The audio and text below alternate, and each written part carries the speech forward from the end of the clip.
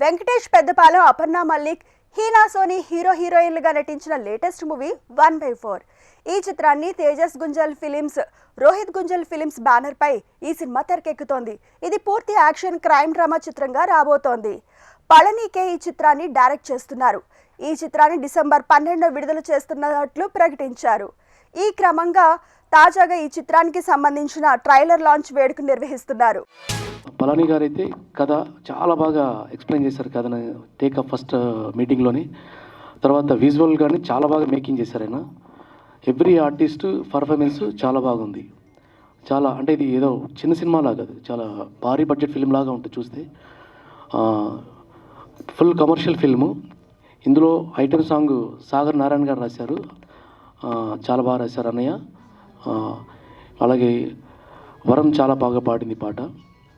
So ఇంత మంచి cinema పనిచేయడానికి అవకాశం నాకు ఇచ్చినందుకు టీం అందరికీ, అలాగే నా తోటి ఫ్రెండ్స్ సాగర్ గారు బాగా చేశారు కొరియోగ్రాఫరు, అలాగే విజయ్ గారు పోస్ట్ ప్రొడక్షన్లో చాలా సపోర్ట్ చేశారు.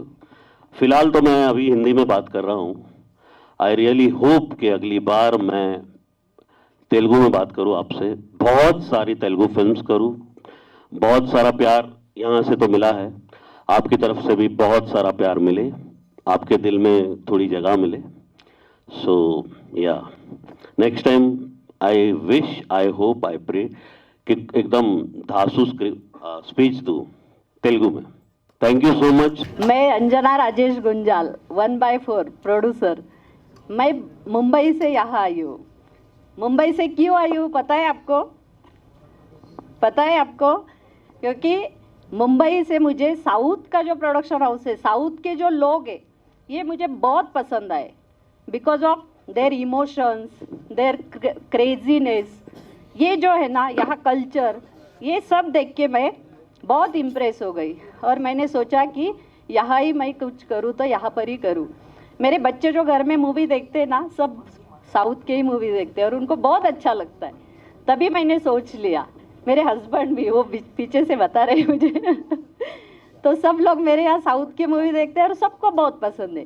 సో రోహిత్ అండ్ వెంకీ ఇక్కడికి వచ్చి చాలామంది దగ్గర కథ వింటున్నప్పుడు పళని గారిని పిలవండి, ఆయన దగ్గర కూడా కథ వింటానని చెప్పడం జరిగింది. కలిశాను, కథ చెప్పాను. ఫస్ట్ టైమే దాదాపుగా ఒక హాఫ్ అన్ అవర్ అనుకుంటున్నాను, కంప్లీట్గా ఇంగ్లీష్లోనే నేరేట్ చేయాల్సి వచ్చింది. ఏంటంటే రోహిత్కి కథ తెలియాలంటే ఇంగ్లీష్లో చెప్పాలి. సో ఆయన మనకి హిందీ రాదు, ఆయనకి తెలుగు రాదు, ఇంగ్లీష్లోనే నేరేట్ చెప్పాను. సో ఫస్ట్ టైం విన్న వెంటనే మేము దాదాపుగా ఒక 50 కథలు విన్నాం. సో కథ సూపర్గా ఉంది. ఈ కథని ఫిక్స్ అయిపోయి స్టార్ట్ చేశాను. సినిమా షూటింగ్ స్టార్ట్ అయ్యేటప్పుడు అందరి దేవుళ్ళ బ్లెస్సింగ్ తీసుకుంటాము. కష్టపడి డే అండ్ నైట్ కష్టపడి సినిమా చేస్తాం సార్.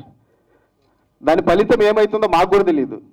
సినిమా తీసి అంతా రెడీ చేసి కాపీ రెడీ చేస్తాము. కానీ సినిమా మార్కెట్లోకి వెళ్ళాలి అంటే ఆ దేవుళ్ళ బ్లెస్సింగ్ ఎలా ఉంటుందో మన మీడియా వాళ్ళ బ్లెస్సింగ్స్ అనేది మాకు చాలా important sir.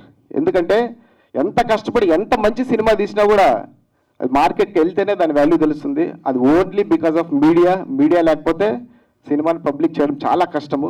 So thank you so much for media sir. మళ్ళీ కలుద్దాం. Thank you so much.